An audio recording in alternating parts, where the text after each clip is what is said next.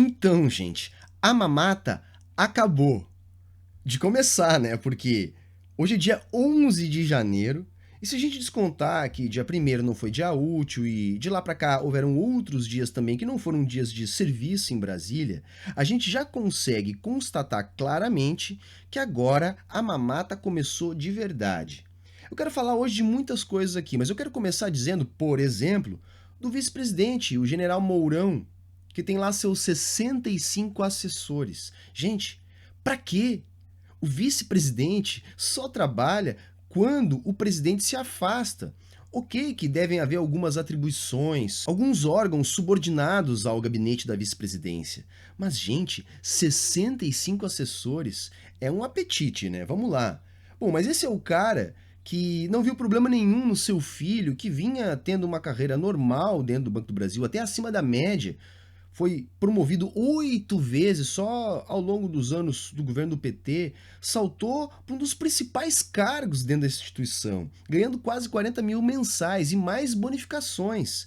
Pois é, e aí quando foi questionado a respeito disso, o Mourão lá, como meu pai dizia, disse algo do tipo, olha, encerrou o assunto, não vou mais falar sobre isso, vai.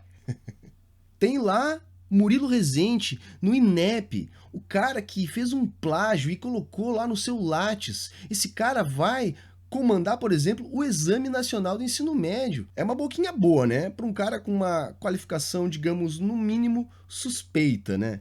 E o que não dizer lá do Carlos Guerra, 50 mil de salário na Petrobras, o cara que foi candidato a deputado não se elegeu, candidato a vereador não se elegeu, mesmo com o apoio do Bolsonaro. E agora o Bolsonaro olhou para ele e disse, tá ok, cara, então é o seguinte, ó, carguinho bacana aí, você não tem tanta qualificação técnica, etc, mas, pô, 50 milzinho, valeu o seu apoio. E para encerrar a parte da mamata, o que não dizer do que tá acontecendo no Itamaraty?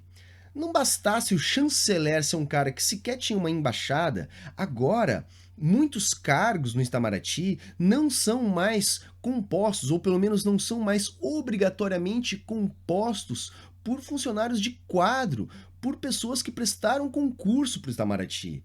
Isso inclusive gerou um mal-estar, porque um dos caras indicados lá para o Itamaraty, responsável por fomentar as exportações, o comércio exterior do Brasil, um camarada chamado Alex Carneiro, que também era uma indicação do Bolsonaro, um cara que sequer fala inglês e que sequer é do Itamaraty. Esse cara foi exonerado pelo Ernesto Araújo e parece que não obedeceu, continuou dando o expediente de trabalho normal e buscou lá falar com o Bolsonaro para ver se o Bolsonaro resolvia. Então, a mamata, além de ter começado, ela já está gerando alguns conflitos internos. Não é fácil organizar a mamata. Mas não é só a mamata que começou. Também tem muita corrupção.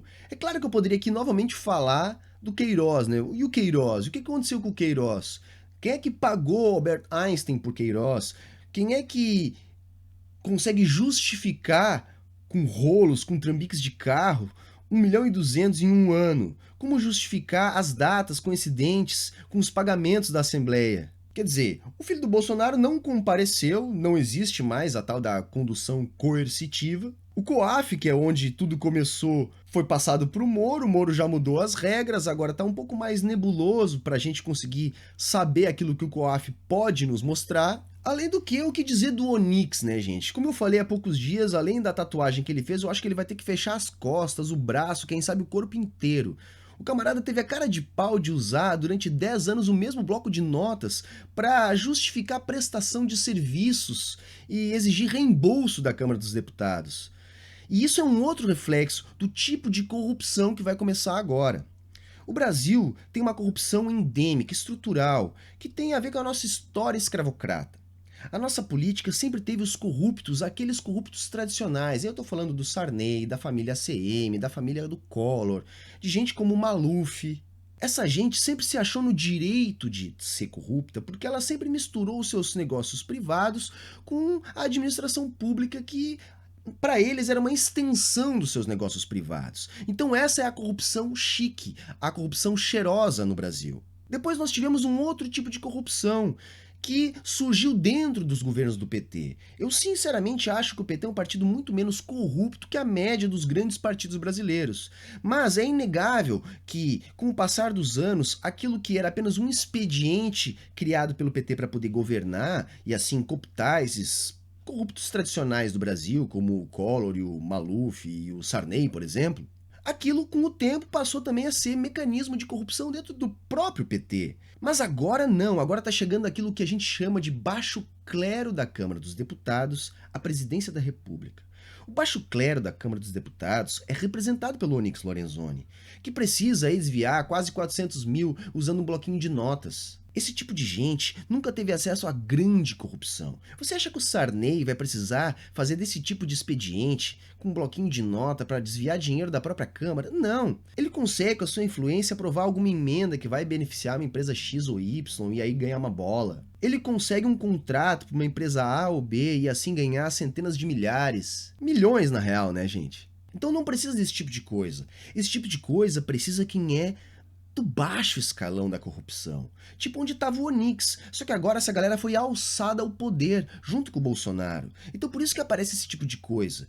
E essa galera não estava no alto grau de corrupção, não porque não queria estar, mas sim porque não tinha acesso. Como eu disse, é o baixo clero. O melhor exemplo de ascensão do baixo clero é o Eduardo Cunha, que agora está preso. O Eduardo Cunha, que era desse baixo clero, percebeu que era muito barato comprar esse tipo de deputado. E assim ele foi escalando, conseguindo aumentar o nível da sua atividade de corrupção, a ponto de comprar muitos deputados e ganhar muito poder.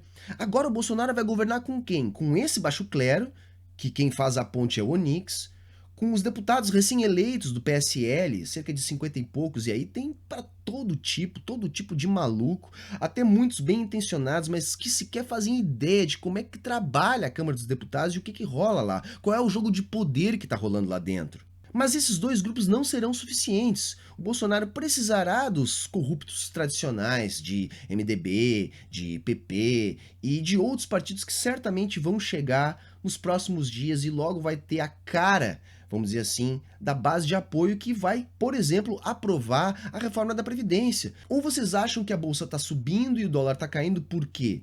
Porque você provavelmente não vai ter Previdência.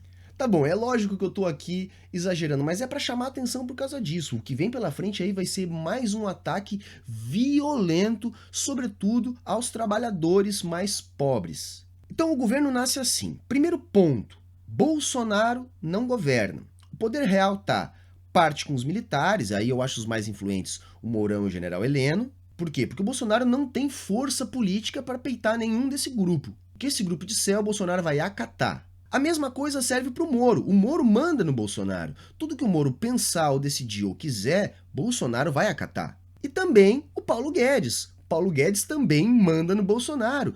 Tudo que o Paulo Guedes disser, Bolsonaro vai acatar. No meio disso, o Onyx Lorenzoni vai tentar fazer a mediação entre esses setores, que vai ter problema, vocês podem ter certeza. A mediação com os corruptos novos e os corruptos velhos da Câmara dos Deputados, que eles também vão precisar. Enquanto que o Bolsonaro faz o quê? O seu papel. Que é o seu papel de bufão? Que é um papel importante, sim. O papel do Bolsonaro é entreter os bolsonaristas. É fazer os bolsominions acreditar que ele está fazendo aquilo que ele prometeu. Então vocês podem esperar a flexibilização da posse de armas, ataques às minorias, como por exemplo os índios. Os índios, com a história da transferência da demarcação da FUNAI para o Ministério da Agricultura, foram violentamente atacados. Enfim, todas as minorias. Eu quero terminar esse vídeo chamando a atenção para uma outra coisa bizarra que tem a ver com esse bolsonarismo, que é a parte do Bolsonaro nesse circo todo, que foi o pedido de exoneração da Adele Benzaquem, diretora do Departamento de Políticas Públicas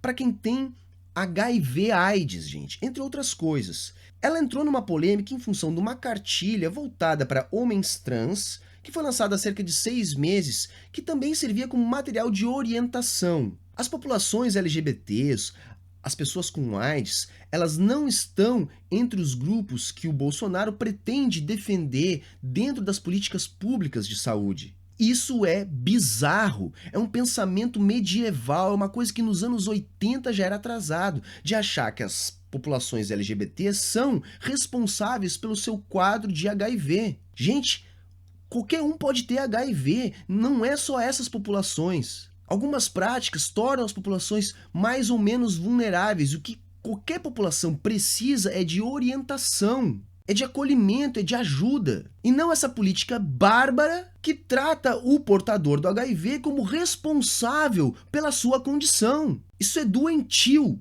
O Brasil tem uma das políticas mais modernas e mais eficientes em relação a como tratar as populações portadoras de HIV.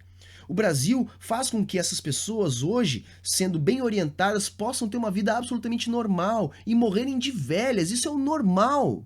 Então vejam o tamanho do retrocesso. É como se o governo quisesse escolher quem pode viver ou não. Esse é o papel do Bolsonaro. Enquanto os outros estão lá para dizimar os interesses dos trabalhadores, o patrimônio nacional, ou simplesmente encher o bolso mesmo, o Bolsonaro tem um papel, que é o papel de entreter a massa que o elegeu com esse tipo de política, que na verdade são políticas bizarras, medievais e fascistas. Bom, 10 dias já dá pra gente ver a que veio o governo Jair Bolsonaro.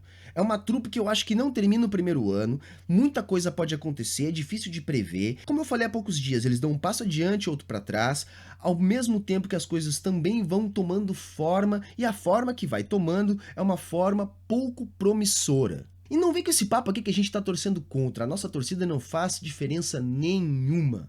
O nosso papel aqui é simplesmente mostrar o que está acontecendo, porque o que está acontecendo é bizarro.